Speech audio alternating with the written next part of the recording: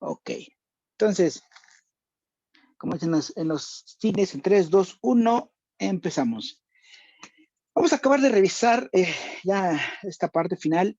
Estábamos platicando en la clase pasada acerca de que ustedes deberían de generar o deberíamos de tener un algoritmo, un proceso estandarizado para poder dar atención a nuestros pacientes que puedan sufrir alguna situación de alergia o hipersensibilidad a algún fármaco o que pudiera desencadenar en una cuestión de tipo anafiláctica, ¿no? Que puedan poner desde algo tan sencillo como una situación incómoda para el paciente hasta una situación que pueda poner en riesgo la vida de nuestro paciente.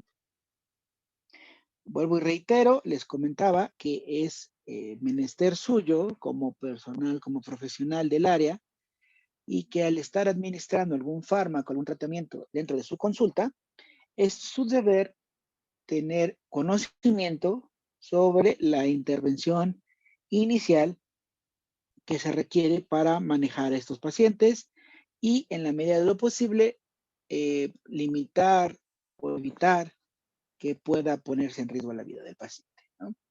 Decíamos que no es simplemente con decir, bueno, no sé, no lo vimos en clase con el doctor Soriano, entonces, no, ya no es mi bronca, ya nada más echen un ladito y póngale cara al paciente, ¿no? No. Es parte de nuestra responsabilidad como profesionistas, profesionales del área de la salud.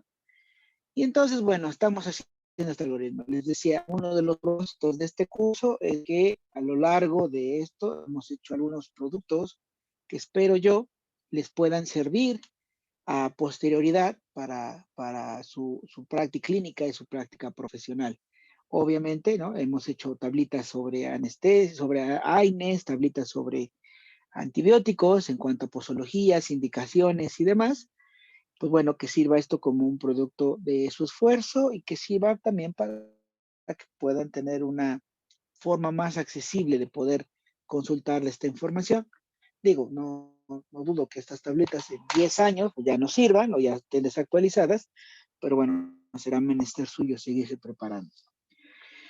Y otro de estos propuestos, les decía, es pues que tengamos este algoritmo de trabajo que debiera, Dios mediante, y así la vida también se los permita, que ustedes, alguna vez egresados, tengan su consulta particular en un consultorio, una clínica, y que decíamos que evidentemente muy pocos pacientes llegan a presentar este tipo de situaciones de alergia en cuanto a, y sobre todo a cuestiones de tipo anafilaxia, pero pues el chiste es estar preparados. Entonces, cuando es información que a veces no podemos manejar adecuadamente, no manejamos de manera cotidiana, pues a veces se nos va un poquito. Y entonces, el proyecto es que ustedes hagan un algoritmo que es hecho por sus manitas, que es entendible para ustedes, ¿no? Porque ustedes serían los que van a aplicar ese protocolo, para que en dado caso y en algún momento, pues dada la necesidad, puedan atender a este paciente y pues le salven la vida y salven su cédula profesional y su actual profesional, ¿no? Entonces, decíamos, nuestro algoritmo, vamos a empezar después de este breviario introductorio, por no decirle choro introductorio, decimos que estamos hablando de alergia o situaciones de hipersensibilidad a fármacos, ¿no? ¿Dónde está? Espérame. Ay, ay. No cuelguen, su llamada es importante. Espérame tantito.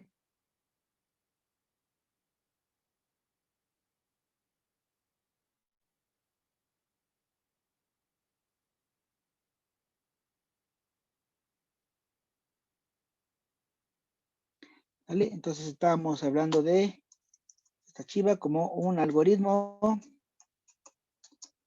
de atención en alergia a fármacos, ¿no?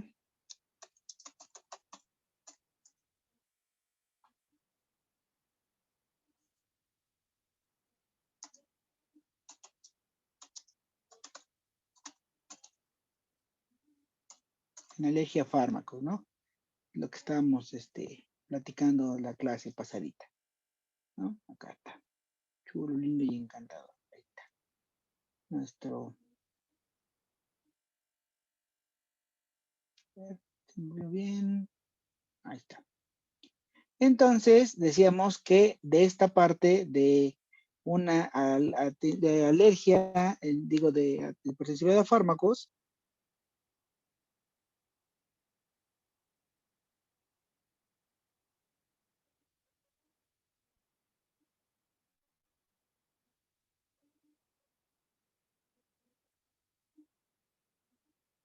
decíamos que lo primero que tendríamos que nosotros dimensionar en este sentido es el tipo en cuanto al orden de aparición, ¿no? Nos habíamos quedado que tenemos que clasificar si nuestra reacción es de tipo inmediata, si la reacción es de tipo acelerada, o si nuestra situación o cuestión es de tipo tardía, ¿no? Para poder entender y relacionar, decíamos que hasta cierto punto en el orden de aparición nos puede determinar la urgencia y de poder atender, ¿no? Decíamos que normalmente las reacciones de tipo inmediata son aquellas que podrían poner en riesgo la vida de nuestro paciente, ¿no? Y ya no así las aceleradas y las tardías, digo, no es la excepción de la regla, pero es lo menos frecuente. Luego, decíamos entonces también que una vez determinada el tipo de acuerdo a la aparición, pues íbamos a platicar. La otra forma que tenemos que asociar es la sintomatología.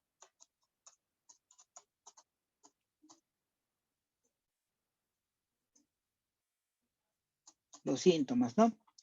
Y entonces decíamos que aquí la sintomatología, dependiendo la gravedad de estos síntomas que presenta nuestro paciente, podemos hablar de una situación de alergia simplemente, o ya una situación más compleja, lo que sería una situación de anafilaxia propiamente, ¿no? Ahí me van diciendo si vamos bien o me estoy obviando alguna situación. Entonces, nosotros ya tendríamos que primero entender estas situaciones.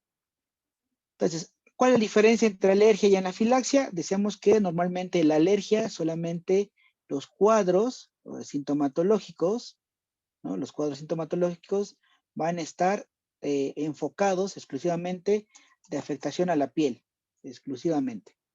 Y aquí, acuérdate, hablamos de la situación de urticaria, ¿no? Urticaria, el rash y lo más exacerbado que es el angiodema, ¿no? El angiodema. Entonces, y cuando hablamos de anafilaxia, decíamos es cuando, aparte del componente cutáneo, hay afectación, o sea, siempre va a haber afectación de la piel, acuérdate, síntomas en la piel, y entonces también se pueden agregar afectación a más órganos o sistemas que pueden ser respiratorios, digestivos, cardiovasculares o neurológicos. ¿Vale? Hasta ahí, creo que hasta ahí no sabemos, bueno, ahí vamos bien, ¿no? Hacer esa delimitación en cuanto a el tipo de sintomatología. Entonces, vamos a determinar si nuestro paciente, ojo, aquí esto es rápido, ¿eh? No es así de, a ver, vamos a ver, ¿no? Lo pueden ir identificando rápidamente. Entonces, alergia solamente determinado a afectación de piel, desde lo más sencillo hasta lo más exacerbado, más florido, que es el angiodema, y anafilaxia, afectación de piel, más afectación de algún órgano del sistema respiratorio, digestivo, cardiovascular o neurológico, ¿no? Y aquí, evidentemente. Ahora, decíamos de alergia. Solamente de alergia, ¿cuál era la acción requerida de intervención terapéutica en ese sentido? ¿Qué es lo primero que tenemos que dar?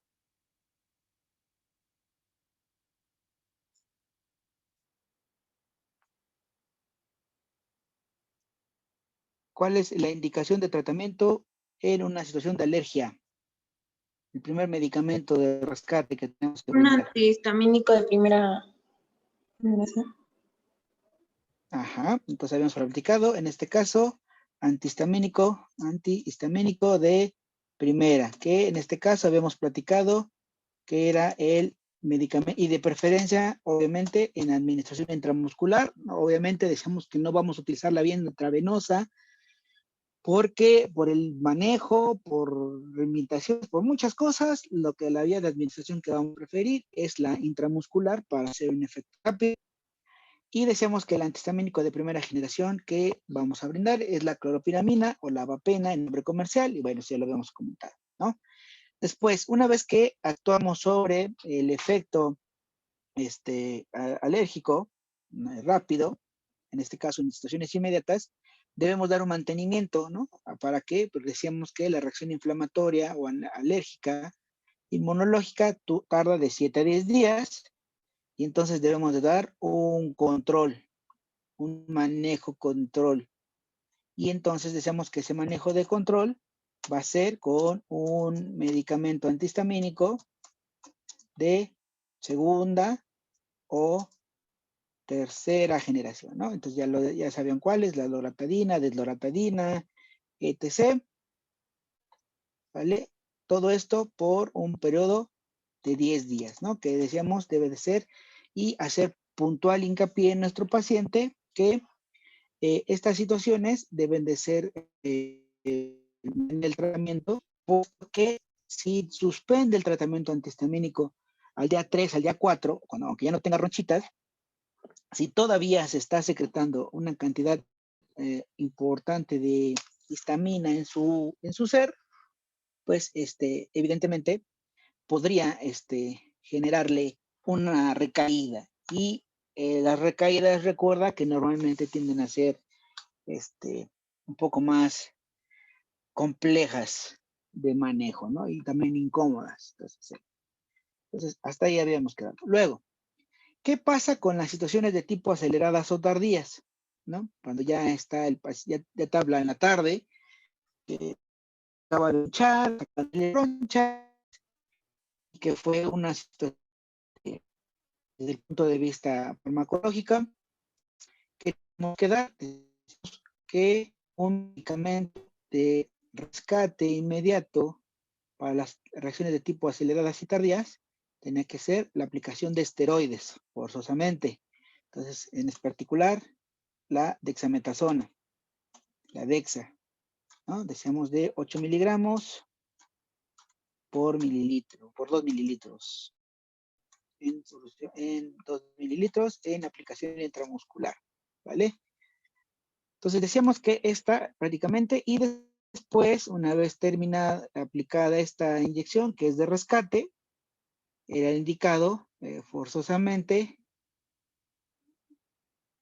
continuar con un control antihistamínico, con un antihistamínico de segunda o tercera generación, ¿no? Pero decíamos también que la dexametasona tiene una aplicación en el sentido de que nosotros aplicamos en una reacción aguda el antihistamínico de primera generación, y antes de las 24 horas que empiece el tratamiento con el antihistamínico de control, tiene una recaída el paciente, bueno, también la dexametasona en una reacción acelerada, aguda, perdón, o inmediata, nos puede servir como un medicamento de rescate. Entonces aplicaríamos antihistamínico de primera generación, se le quitan las ronchas al paciente, y después, ¿no? Antes de que se cumplan las 24 horas para su control antihistamínico, te dice, ¿sabes qué? Me están saliendo otra vez las ronchas, papá. Se me está hinchando otra vez los labios. Se me estoy poniendo como negro bembelé. Pues aplicamos dexametasona. Y regresamos a nuestro control antihistamínico segunda o tercera generación por 10 días. ¿Sale? Hasta aquí creo que nos habíamos quedado la sesión pasada, si mal no recuerdo. ¿Sale? O me hacen algún comentario al respecto, duda al respecto. Hablen ahora, callen para siempre y arrepiéntanse cuando el paciente no sepan qué hacer con él. No, no es cierto. ¿Alguna duda?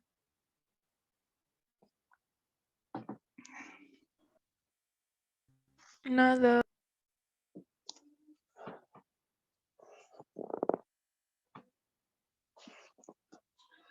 Sale pues. Entonces vamos ahora a pasar a platicar acerca de esto, de la anafilaxia. Cómo tratar la anafilaxia, que es la situación grave, gravidad, y que nos puede hacer temblar en algún momento, que esperemos. Y acuérdense, ojo, les decía, que estas indicaciones aplican para cualquier tipo de alergia. Alergia a un fármaco, alergia a un alimento, alergia al polvo, al pelo de un animal, al polen, alergia a sus exnovios, a sus exnovias, ¿no? Si les da urticaria la próxima vez que saluden al exnovio o a la exnovia, ahí deben de checar si su alergia es inmediata, se le da urticaria, y pues, también se pueden tratar, ¿no? Aquí este tipo de reacciones de alergia o de anafilaxia se pueden presentar con cualquier sustancia que pueda ser un alergeno o un apteno o un antígeno. Nosotros, bueno, yo desde este punto de vista le estoy dando el enfoque hacia los fármacos, pero si usted es alérgico a la piquete de abeja, por ejemplo, piquete de abeja también te puede ser de algo tan sencillo como una cuestión alérgica y de urticaria, hasta una cuestión de tipo anafiláctica, por ejemplo. Entonces, en general el manejo es el mismo, solo que aquí el enfoque es hacia los medicamentos. Pues vamos a platicar acerca de la anafilaxia, qué hacer, qué decir, ¿no? Aparte, entonces, primero que nada, vamos a borrar todo. Puedo borrar todo esto para que podamos tener un apartado exclusivo de anafilaxia. Sí, Doc. Sí. Bien. Vamos a borrar todo. Entonces, pongamos aquí con nuestro cuadro central, que va a decir que nuestro paciente está en anafilaxia. Entonces, recordemos y recapitulamos que la anafilaxia es una condición en la cual es una reacción alérgica, en donde están afectados evidentemente la piel y dos o más órganos de los siguientes sistemas: respiratorio, cardiovascular, digestivo o neurológico. Entonces, aquí tenemos que tener en cuenta que si nosotros actuamos rápidamente en una situación de anafilaxia, podemos evitar que el paciente continúe al choque anafiláctico, puesto que el choque anafiláctico ya implica un colapso total de los sistemas.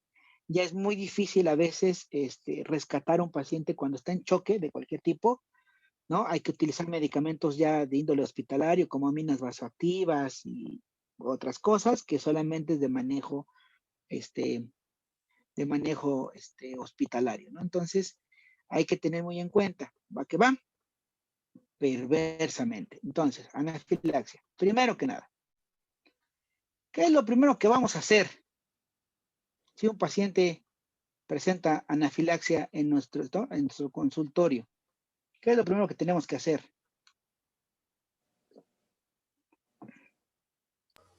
Guardar la calma. Perversamente, exacto. Pareciera algo hasta chusco, si lo quieren ver, pero es importante, guardar la calma. La mayoría de los algoritmos de atención, de urgencias y todo más, pues te hablan muy técnico. La realidad es que tienes que, además cuando tú no estás acostumbrado, digo, los que están en los cuartos de urgencia, ¿no? Por ahí está Eduardo, que nos decía que trabaja en choque, enfermería en choque. Ah, bueno, ahí te vuelves adicto a la adrenalina. Ya la adrenalina es parte de tu vida, comes, desayunas, cenas y almuerzas adrenalina. Todos los días. Pero los que no, pues en algún momento te puede entrar esta nube de emociones, de bloqueo. Entonces, lo primero que nada es esa parte, guardar la calma. Y entonces, cuando hagan su algoritmo, esto pónganlo así con letras grandes y rojitas, así como de, a ver,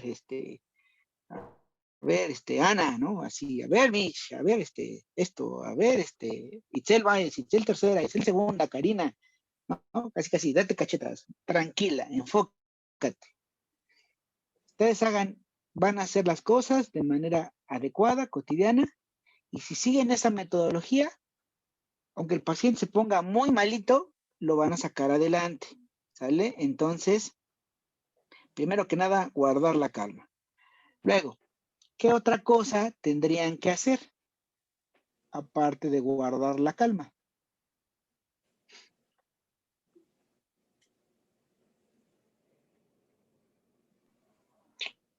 En cuestión de medicamentos, ¿se le debe de administrar adrenalina? Todavía no le metemos adrenalina a medicamentos. Lo tienen que hacer. Primero que nada, obviamente, decíamos que cuando un paciente entra en anafilaxia, aunque ustedes den los cuidados iniciales, el paciente debe ser trasladado ¿a dónde?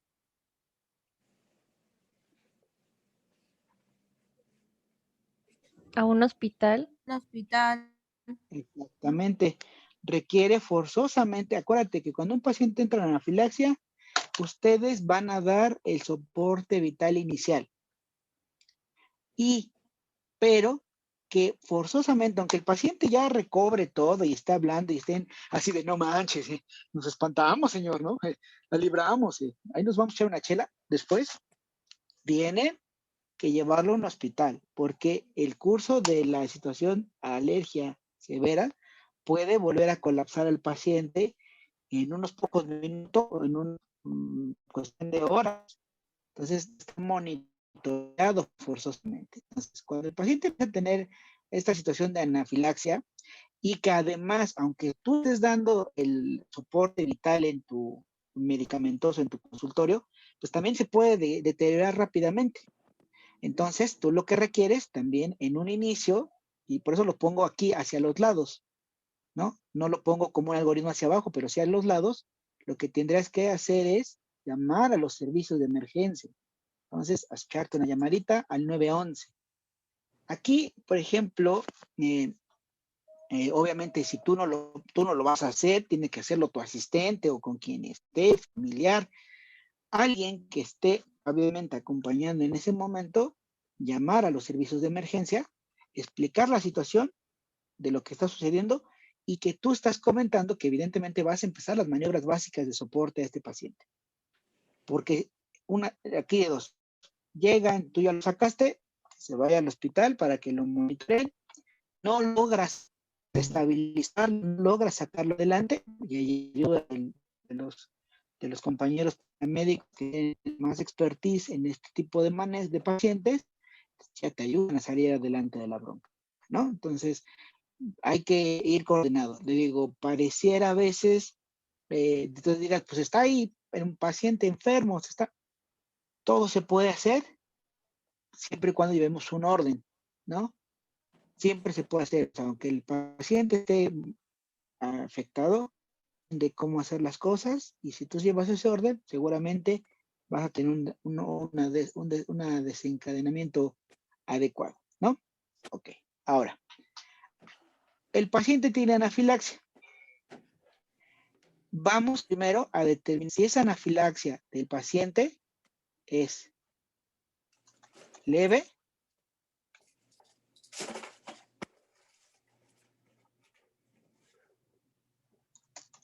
moderada, o ya está como el Cruz Azul, severa, ¿no? Cuestión leve, moderada o severa. Se recordarán que nosotros vimos en cuestiones de la sintomatología de afectación orgánica múltiple, síntomas que pueden ser considerados dentro de la anafilaxia leve hacia la anafilaxia moderada o severa. Lo que prácticamente incluiría esta situación sería la cuestión de tipo más complicadita. Ok. Entonces, ustedes aquí deberían de retomar y rectificar en su algoritmo que ustedes van a desencadenar, colocar la sintomatología de cada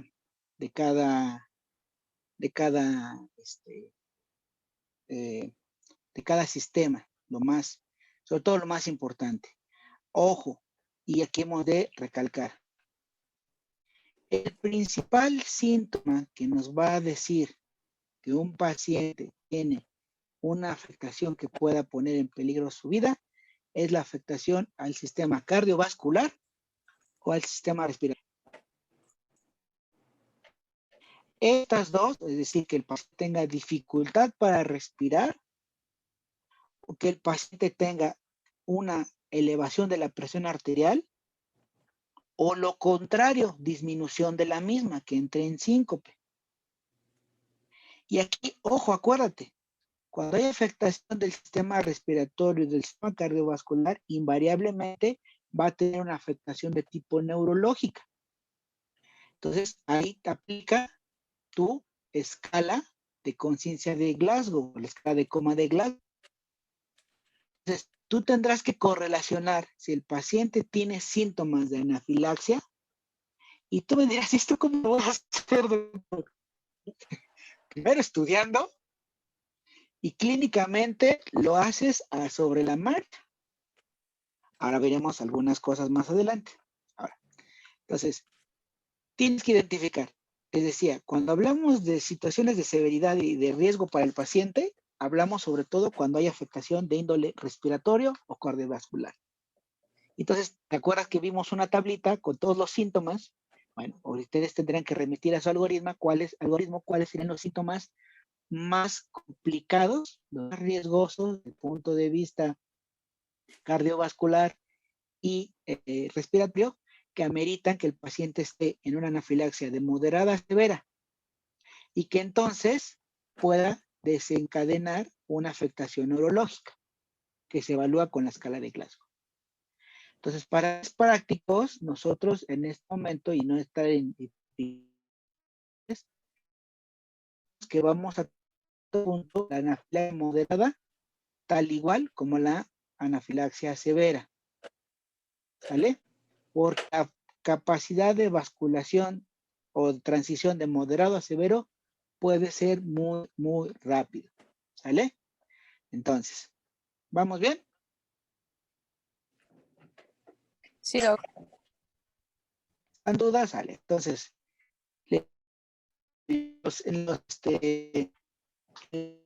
cuestiones de tipo de soporte vital básico implica vigilar.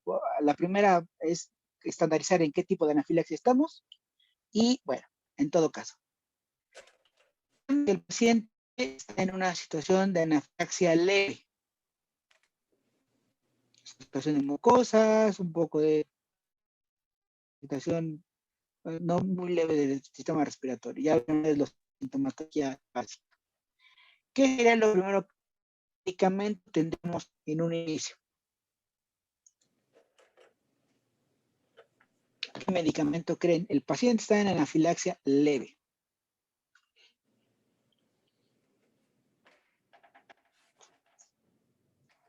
¿Qué medicamento crean que debemos de dar para coartar rápidamente así fuertemente la situación de la acción de la histamina?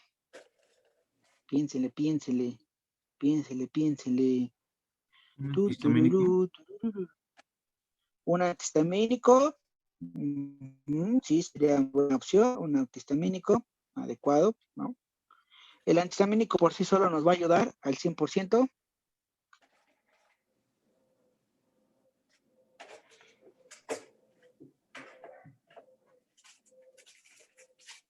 No. ¿Qué otra cosa tendríamos que aplicarle?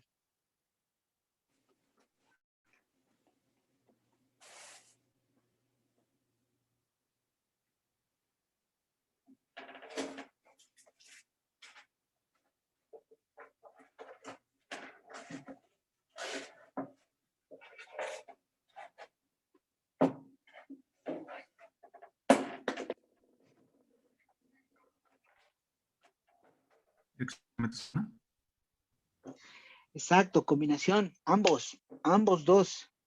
Porque aquí requerimos forzosamente que cortar de tajo este sistema.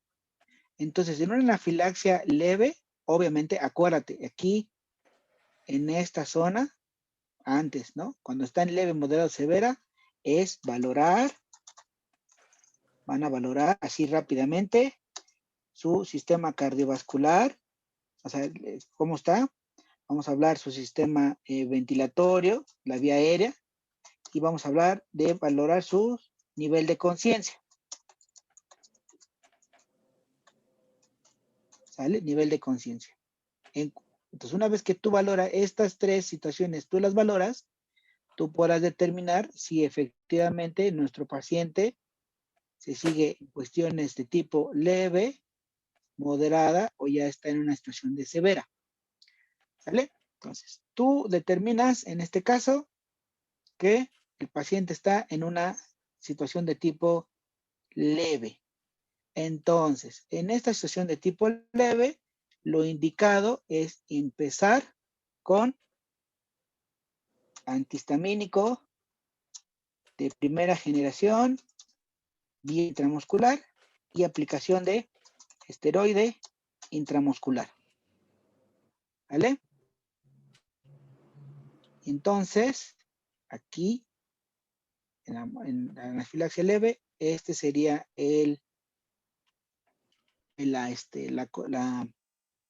la cuestión indicada, ¿no? De primera instancia, antihistamínico de primera generación y esteroides. Ahora, aquí, evidentemente, en este punto, cualquier paciente va a tener la sensación, le empieza a generar ansiedad. Acuérdate que el componente emocional es muy importante. Si bien la adrenalina endógena tiene un uso, una utilidad endógenamente para mantener la presión, etc. y otras cosas, también tiene el componente emocional. Entonces el paciente va a sentir una sensación de miedo, de que algo le sucede. Dicen los libros, una sensación de muerte inminente. Y yo creo que algunos de ustedes lo han sentido en algunas situaciones particulares de salud, por ejemplo, que se han sentido tan mal que dices que siento que me muero. Entonces, imagínate la situación del paciente estando en tu consulta, que iba por que le sacaras una muela y de momento empieza a sentirse la cara hinchada, mucha comezón, dificultad para respirar y siente palpitaciones, ¿no? Y entonces, esto, aparte de que es una cuestión orgánica, también lo emocional genera afectación. Entonces, el paciente puede empezar a hiperventilar, puede empezar a, no necesariamente por cuestión de tipo la anafilaxia en sí, sino desde el punto de vista emocional, el paciente puede obtener taquipnea, ¿no?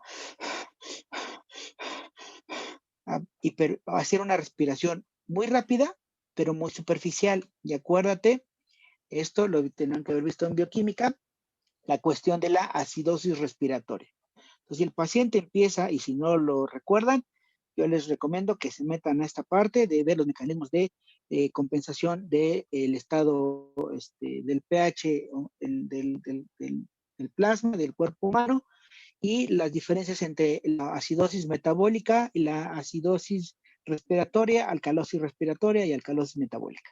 Entonces, el paciente puede entrar en una afectación, un desequilibrio ácido-base por medio de la respiración, y eso genera una afectación neurológica mayor que nos puede, digamos, nublar la cuestión clínica de determinar si el paciente se está afectando neurológicamente por la anafilaxia o porque está perdiendo demasiado dióxido de carbono.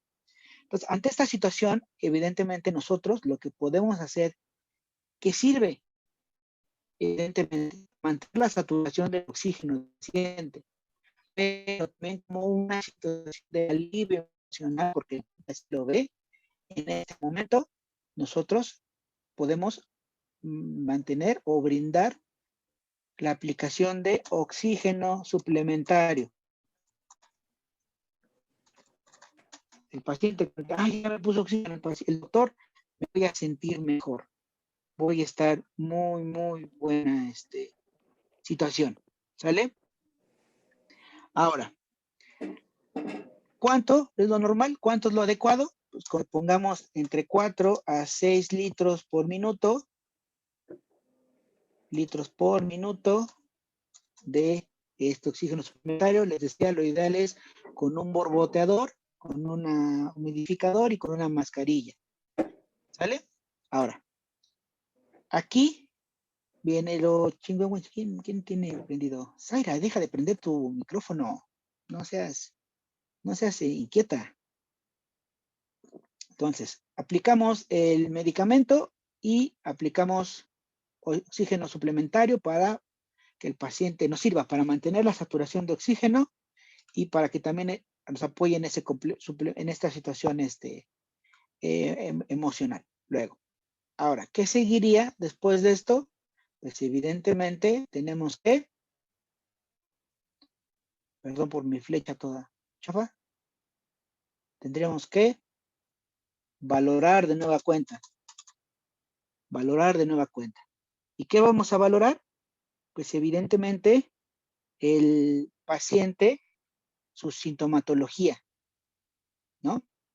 Que la sintomatología que está presentando está respondiendo de manera adecuada, ¿sale? Se está viendo hacia la normalidad. Entonces, aquí, el paciente, vamos a valorar. ¿Y qué valoramos? El paciente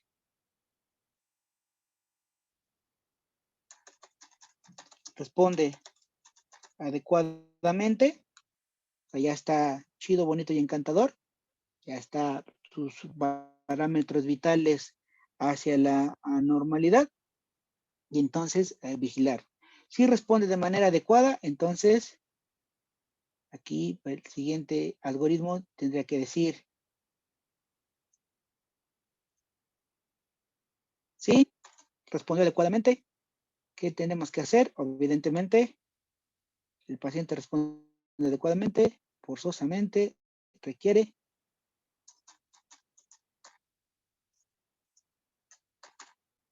monitoreo en hospital. ¿Sale? Ya el paciente, aunque ya estemos platicando tranquilamente, chido, y hasta nos espantamos, ¿no? Nos espantamos, don Fer. Sí, doña Cuquita, no, fíjese, doctor. Ah, no, ya vi la luz, casi vi la luz, doctor. Estás echando el chorro bien chido y emocionante, ¿no? Así de, casi vi la luz, doctor, ¿no? Ay, Dios mío, ¿no? No, al hospital, monitoreo. Y la monitorización en el hospital puede ser, lo mínimo adecuado es que sea una monitorización por 12 horas, ¿sale? Y dependiendo, ¿no? Por 12 horas en una anafilaxia leve, monitorización hospitalaria, 12 horas. Ahora, ¿qué pasa si tu paciente entonces, dice acá, no responde adecuadamente? Santa Virgen del Papaya, ¿no? Un médico, por favor. Entonces, el paciente no responde, entonces aquí implica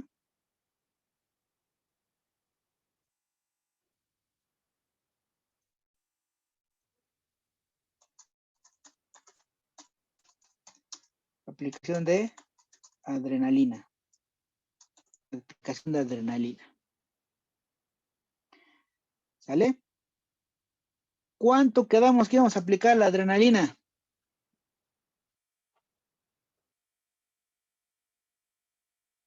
¿Qué cantidad de adrenalina? De 0.3 a 0.5 miligramos. Ajá, o sea, es decir, acuérdate que aquí vamos a ocupar nuestras jeringas graduadas en 1 mililitro, porque la ampolleta viene de 1 miligramo en 1 mililitro, entonces solamente le vamos a dar 0.3 a 0.5. En este caso, como es una situación hasta cierto punto leve, está todavía entre los parámetros leves, que tiene todavía algún broncoespasmo, disminución de saturación del oxígeno, etc. Entonces vas a aplicar de 0.3 miligramos de adrenalina. Les decía que el efecto de adrenalina prácticamente es inmediato. Ahora, ¿qué tendríamos que hacer ahora? Aplicamos la adrenalina y entonces, dice acá, otra vez, ¿no? Responde adecuadamente, sí, monitoreo hospitalario. No, aplicamos otra vez adrenalina. ¿Cuántas veces podremos aplicar la adrenalina y cada qué tiempo? Cada 15 minutos. Cada 15 minutos. Y Máximo tanto sea 1.5. necesario. Y máximo 1.5 miligramos, ¿no? Entonces, en este caso, obviamente. Entonces, aquí, acuérdense, esto lo tienen que colocar acá, ¿no? La cantidad de medicamento y la periodicidad. Ahora, si el paciente, después de la primera ronda, aquí puede que bascule de leve a moderado, Y entonces, dice acá, perdón, el paciente, ay, me encanta porque ahí está. El paciente no responde adecuadamente y entonces el paciente puede entrar en paro. Paro, ¿cómo es ay, se me fue la palabra, iba ya bien fresa, cardiac arrestment, así, ¿no? Your patient is in cardiac arrestment. O sea, ya está pidiendo pista. Entró en paro cardiorrespiratorio. ¿Qué pasa si el paciente entra en paro cardiorrespiratorio? ¿Qué vamos a hacer? Deja de respirar, deja de latir el corazón, se nos está cargando la trampa. ¿Qué tendríamos que empezar? Reanimación. Reanimación, Mm. RCP. RCP. El RCP, mal llamado RCP, ahora recuerda su nombre correcto, es que ustedes apliquen soporte vital básico. Soporte vital básico, ¿no? Que ustedes deben tomar un curso BLS, un Basic Life Support. Ay, ¿viste? Ay, sí, que ya el AGL, el Advanced Cardiac Life Support y el Trauma Life Support son solo para los especialistas, entonces tendrán que tomar un curso sobre BLS, ¿no? Les decía, ojo, que es lo mismo, ¿no? Pero en inglés, para que nos escuchemos más mamilas, ¿o no, Nayeli, no? Vamos a tomar un BLS, un Certificate in BLS. Les decía, la regla de oro del soporte vital básico es que si lo sabes hacer, hazlo, si no, no lo hagas.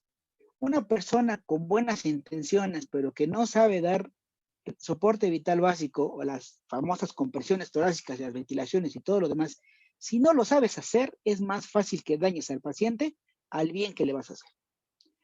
Entonces, aquí lo importante es que ustedes, aquí ya pónganlo en el tintero, pónganlo ahí en uno de los pendientes, así como de proyectos a corto plazo, el tomar un curso y posteriormente una certificación en BLS. Ese sería, les decía yo, si yo estuviera dentro del organigrama de esta institución, yo diría, no me egresa ninguno de ustedes si no tiene una certificación en BLS, porque es importantísimo, no solo para los pacientes, incluso para la vida diaria. En la casa, el abuelito, la mamá, el vecino entra en paro cardiorrespiratorio y no sabemos qué hacer. Y está demostrado que el que tú brindes soporte vital básico en los primeros minutos tiene una sobrevida bastante amplia el paciente que recibe un soporte vital básico adecuado del paciente que no lo recibe. ¿Sale?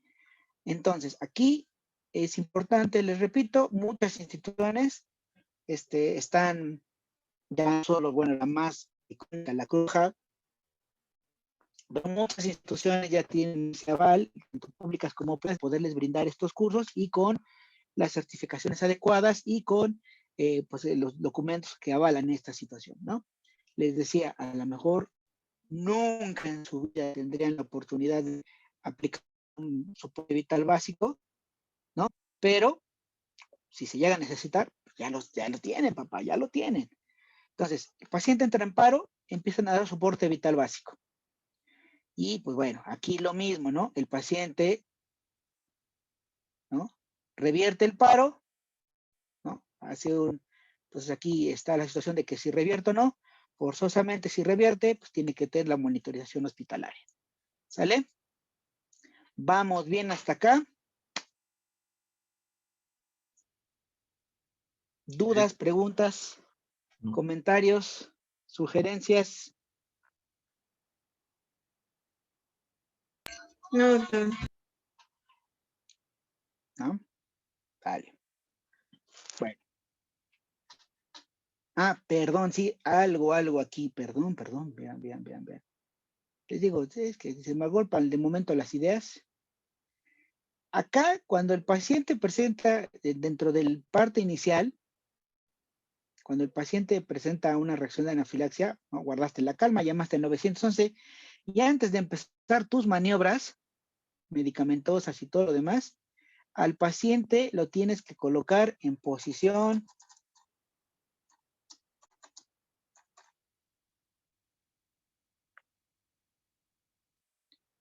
posición de Trendelenburg.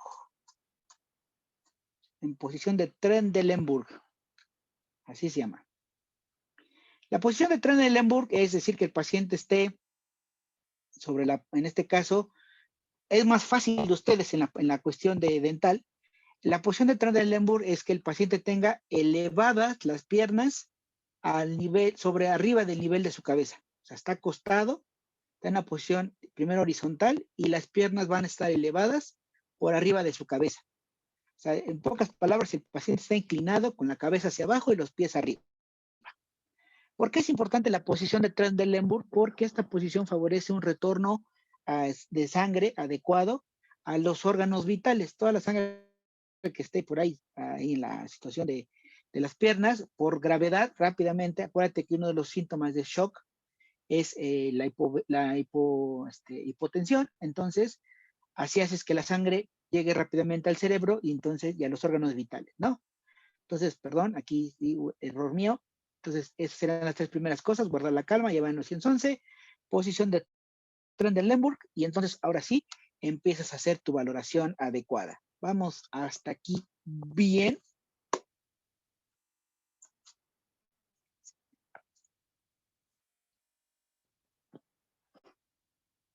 Vamos hasta aquí bien.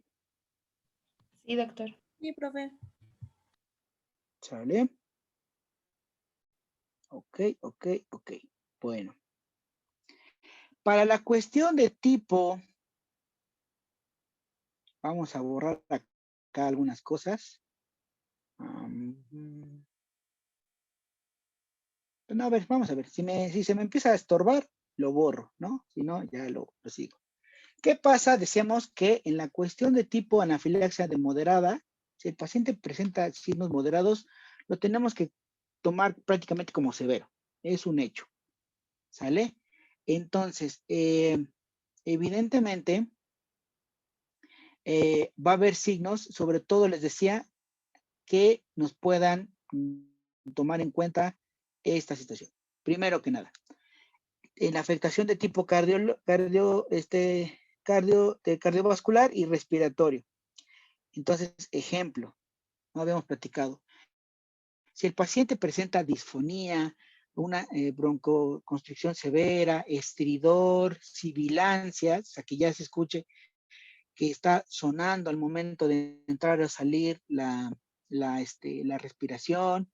El paciente, evidentemente, si le está costando trabajo meter mayor cantidad de aire, va a aumentar la frecuencia respiratoria. ¿Sale? ¿Cuál es la frecuencia respiratoria normal de un paciente? Esto ya lo vieron ahorita en método semiológico. ¿Cuántas veces ventilamos por minuto? De 12 a 20. De 12 a 20. Entonces, y debe ser una respiración que a veces no es perceptible, ¿no? O sea, sí es perceptible, pero no tan marcada. Entonces, el paciente cuando tiene dificultad respiratoria empieza en taquipnea, es decir, aumento de la respiración, y polipnea, es decir, respiraciones superficiales. Entonces, si tú ves que tu paciente tiene afectación de la piel y empieza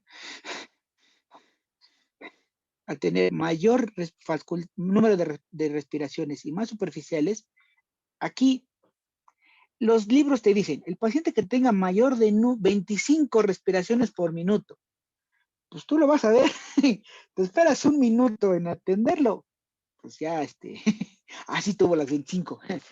No, o sea, todo sobre la marcha. Es más que clínico ver que el paciente, si estaba tranquilo en el sillón dental, incluso está medio cuajado, y de momento empezó a respirar así, y escuchas el... Y luego se empiezan a utilizar músculos accesorios.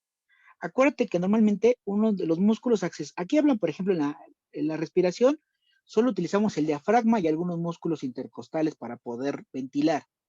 Entonces te dice la bibliografía, el paciente ocupa musculatura accesoria y tienes que ver el tórax para ver que se hunden los músculos intercostales. Sí, no lo vas a desnudar ni le vas a levantar la playera. Una manera fácil de ver que el paciente está utilizando musculatura accesoria es ver las fosas nasales. Las fosas nasales, recuerda, tenemos ahí una activación por parte de los músculos elevadores de la nariz. Las fosas nasales, cuando nosotros respiramos, de ninguna manera se mueven. Cuando tenemos dificultad respiratoria, también estos son músculos accesorios. Entonces el paciente cada que inspira, claramente se ve como su fosa nasal se amplía, se mueve, se abre.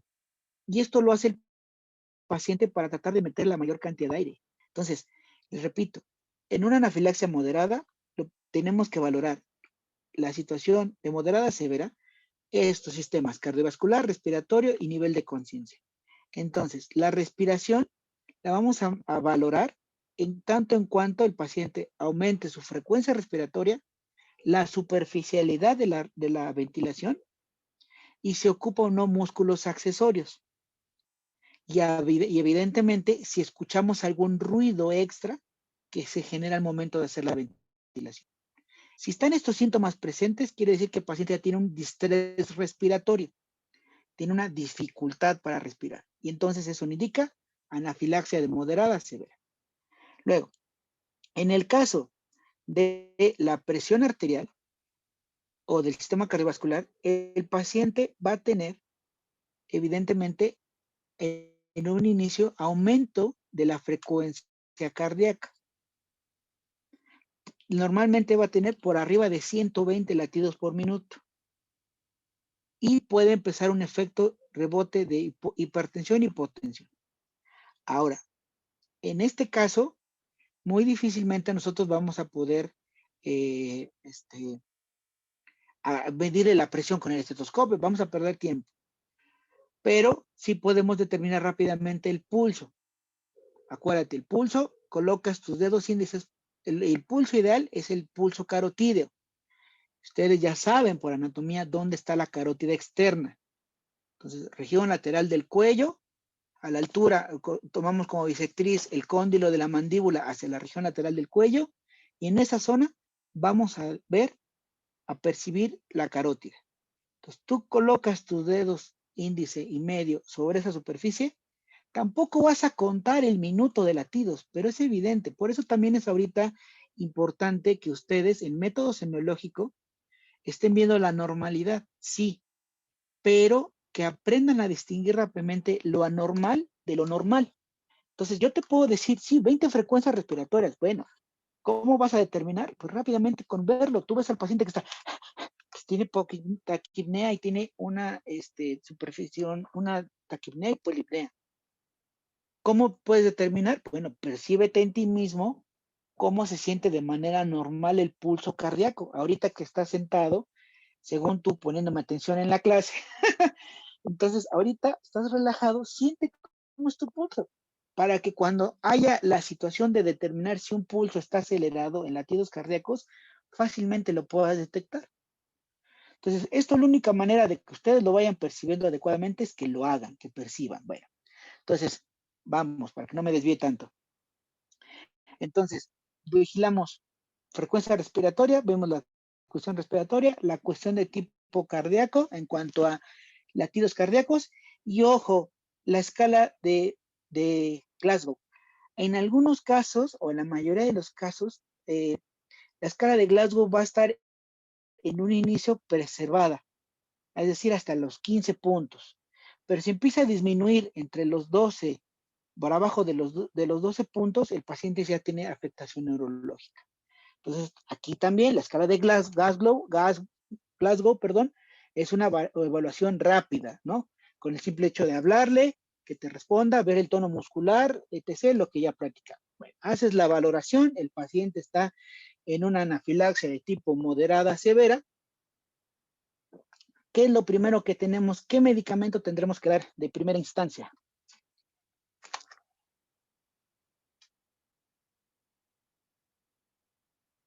¿Qué medicamento tendremos que dar de primera instancia?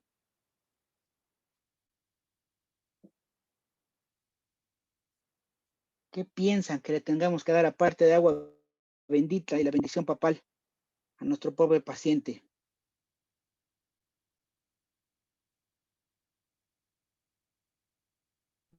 La pregunta. El paciente empieza, ya evalúas, el paciente tiene anafilaxia, evalúas clínicamente a tu paciente y determinas que el paciente está en anafilaxia de leve o severa, dependiendo, ¿no? Ya sabemos que la vamos a tratar igual. El paciente está en anafilaxia severa o moderada. ¿Qué medicamento es el primero que le vas a brindar?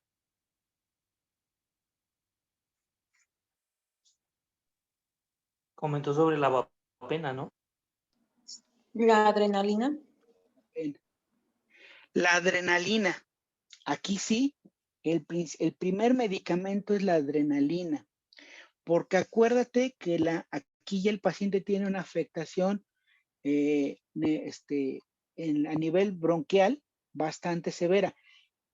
Propiamente, el eje rector de una situación anafiláctica es la situación respiratoria. Si tú no reviertes la situación respiratoria, el paciente te va a entrar en paro. El paciente deja de respirar, el corazón se va a detener. Es una cascada, así es, siempre en ese sentido. Entonces, si el paciente tiene una descarga de histamina tan severa que está generando una broncoconstricción, aquí la adrenalina es el medicamento de primera línea que debemos dar en anafilaxia moderada o severa. Entonces, aquí forzosamente vamos a brindar adrenalina. Ojo, la adrenalina, aquí ya habíamos platicado cuáles son las rondas adecuadas, bueno, las cantidades, cuáles son las cantidades platicadas que vamos a administrar.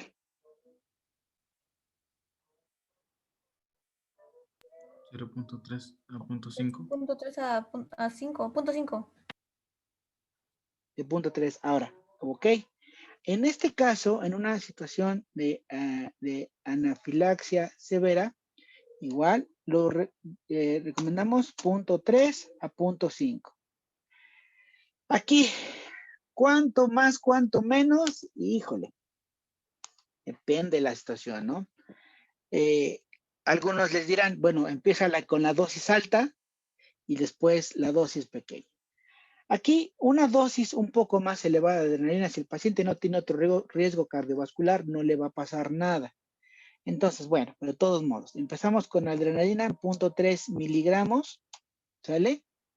Y aquí, entonces, obviamente, la adrenalina, y tenemos que brindar esto forzosamente.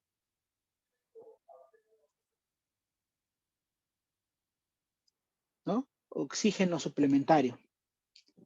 El oxígeno suplementario. Es importantísimo porque así inmediatamente seguimos manteniendo la saturación de oxígeno al 100%, al 90, más del 90%. Entonces, el paciente con la adrenalina, aquí donde está mi dibujito, perdón. Entonces, aquí.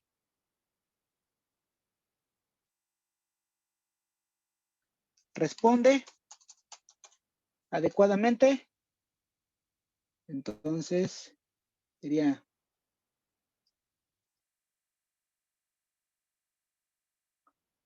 acá tendríamos que ponerle que el paciente no responde adecuadamente, ¿no? Entonces,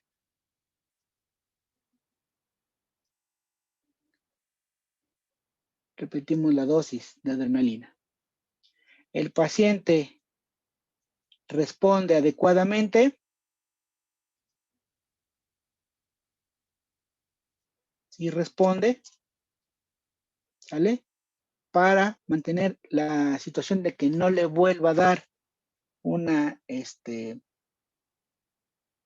situación en lo que llega el paciente responde adecuadamente. Entonces vamos a aplicar esteroides.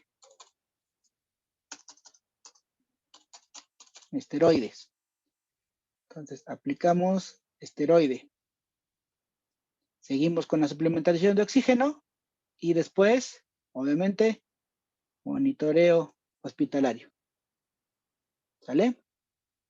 Aquí, obviamente, el paciente no responde con la adrenalina, sigue estando todo chafa. Por eso no quería borrar esto, pero Entonces el paciente sigue, aquí ustedes lo van a ordenar más bonito, obviamente, aquí porque el espacio. Entonces el paciente no responde a pesar de la adrenalina, entonces entra en paro, soporte vital básico. ¿Sale? Entonces, si el paciente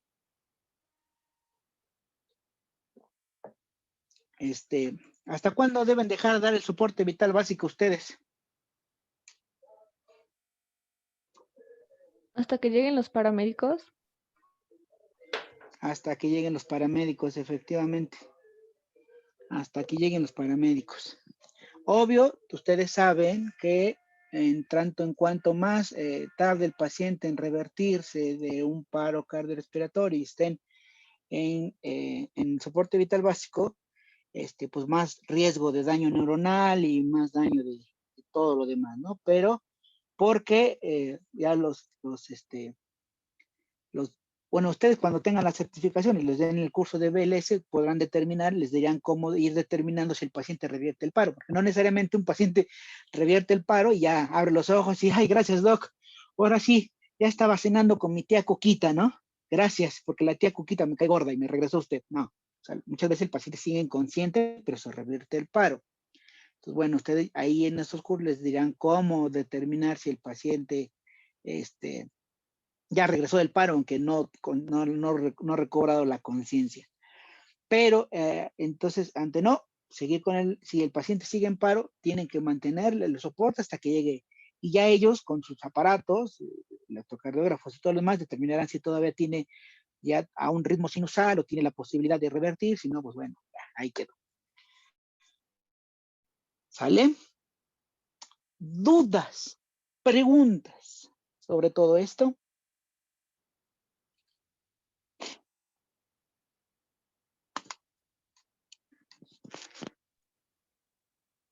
¿Dudas, preguntas sobre todo esto? No, doctor. No. Sale, pues. Bueno, pues vamos a borrar esto. Entonces, como actividad, les decía, obvio, es para ustedes, pero no para mí. Van a ustedes a elaborar todo este chorizo que hicimos aquí, bueno, que hice yo, que les estoy explicando. Van a elaborar su algoritmo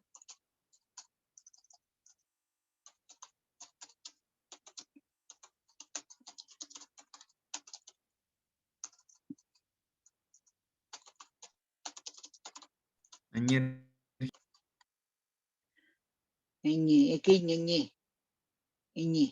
a ver que se fijan, ¿va? Van a elaborar su algoritmo de atención a la alergia a fármacos. Entonces, esto lo van a hacer así todo chulo, lindo y encantador, bien bonito, bien hecho. Pues la aplicación que guste, ¿no? Yo les podría recomendar la aplicación Canva, pero si la quieren hacer en otro lado, adelante. Pero así, bien, o sea, bien hecho, con una buena secuencialidad, con una buena orientación. Digo, aquí por el espacio y aparte por mis letras y todo lo demás. Entonces van a hacer todo su algoritmo así bien chulo y encantador. Ojo, debe de incluir, bien incluido, evidentemente, las dosis de los medicamentos,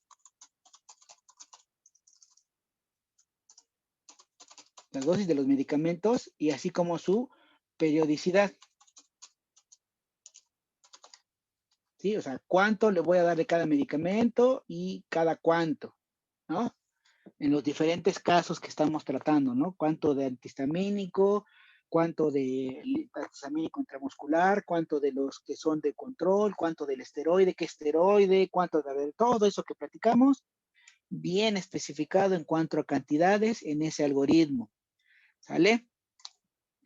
Evidentemente, bueno, ¿qué les voy a evaluar de eso? Bueno, tiene que llevar en la parte superior su nombre, la parte superior, así todo bonito. Deben, voy a calificar obviamente la creatividad, voy a calificar el orden de las, estas situaciones, ¿no? De la información que, acuérdate que, mira, esto del algoritmo es algo así también como un mapa conceptual.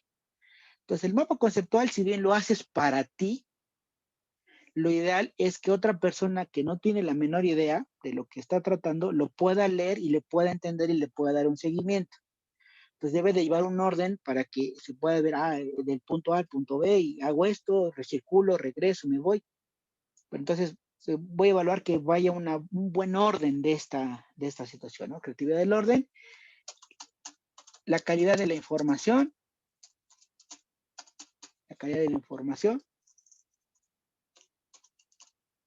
¿sale?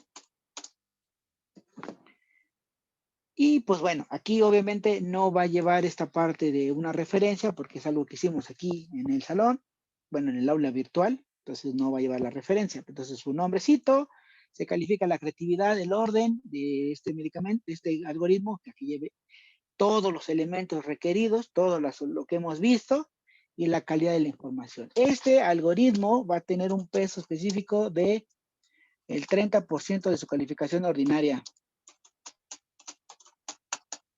30%, Masters. Entonces, pues para que lo hagan chido.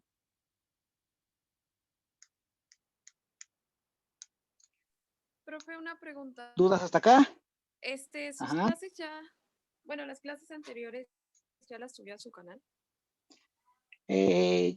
No, creo que no. No. Según yo ya había subido la anterior. Pero hoy checo.